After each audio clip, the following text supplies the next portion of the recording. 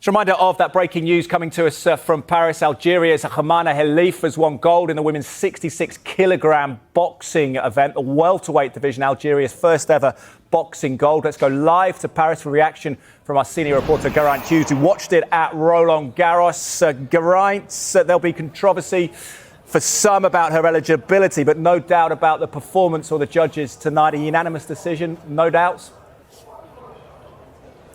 Yeah, no doubt about the decision. Unanimous, 5-0 it goes down on the judges' scorecards.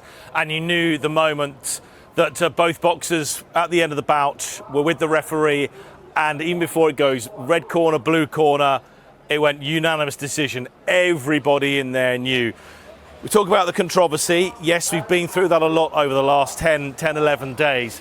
But the people coming out there from the court Philippe Chatrier here at Roland Garros, 99% of the people in there were supporting Iman Khelif, either with Algerian flags or some kind of white, green or red. There were very few Chinese in there. She was fighting Yang Lui this evening. There were a lot of Mexican fans in there, but they then turned their allegiance to Iman Khelif here this evening. Quite an extraordinary scene. Just to report on the fact of what has happened in there tonight is that Iman Khelif, who over the last 10, 11 days, her first bout lasted 46 seconds against the Italian Angela Carini. Then everything changed for her and for this Olympic Games as well. It has become the dominant news story away from the sport of Paris 2024.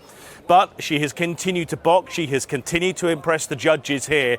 And the support for her from the man, woman, girl, boy on the street who has gone in to watch her in there have been 100% behind her. Just to give you a sense of the atmosphere, it was like being in a football World Cup final when the teams are being introduced. The roar when she came out for her ring walk, the roar when her name was announced in the ring, and then at the end, when everybody inside that boxing arena, was a tennis arena, of course, knew that Iman Khelif had won the gold medal. The noise was unbelievable. Again, the respect between the two boxers, as it has been ever since Khelif fought Angela Carini. Huge respect, touching gloves before, at the end of every round, and a huge embrace at the end of the fight as well, and that continued. And then we got what I think has become a traditional jig of delight from Iman Khelif. Once she had allowed her Chinese opponent to have her moment to thank the crowd, she left the ring. Then Iman Khelif did what has become a traditional jig now, poses for photographs. Then she literally let, a la Formula One, when somebody wins a Grand Prix, whether it be Verstappen, Hamilton, George Russell, whoever, and they run to their engineers and they leap.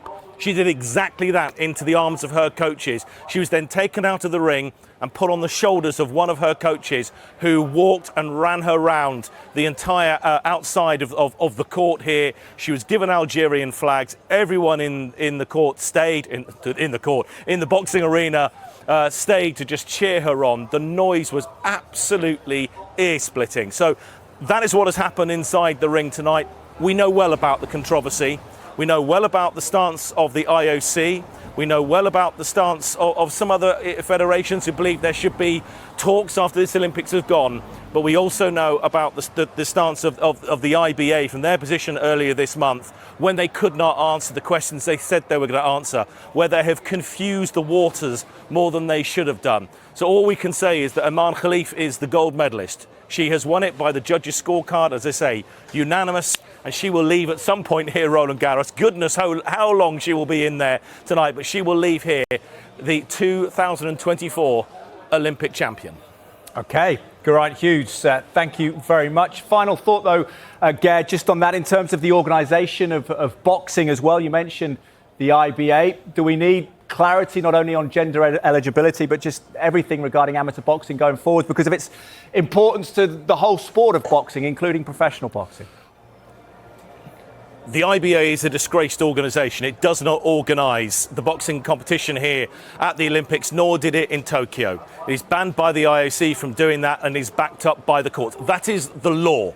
That is fact. It's been backed up in the Court of Arbitration for Sport. They are not an international federation fit to govern and to run events such as an Olympic Games. In our interviews over the course of the last week, it's been very, very clear to us from the IOC is yes, they've organised Tokyo, yes, they've organised here in Paris, but they will not do that for a third time as an independent boxing committee to organise boxing for the Los Angeles Games of 2028. The IOC president, Thomas Bach, has made it clear they want boxing there, but they are encouraging, basically, this is politics at play coming here now. They want all the federations who have already broken away from the IBA, nearly 40 before this whole controversy shot up. World boxing possibly will be the answer, but it will not be the IBA before the next Olympics who will be in control of boxing. Their efforts on Monday, instead of trying to maybe bring themselves back into the fold, has pushed them further and further away as a chaotic, shambolic organisation.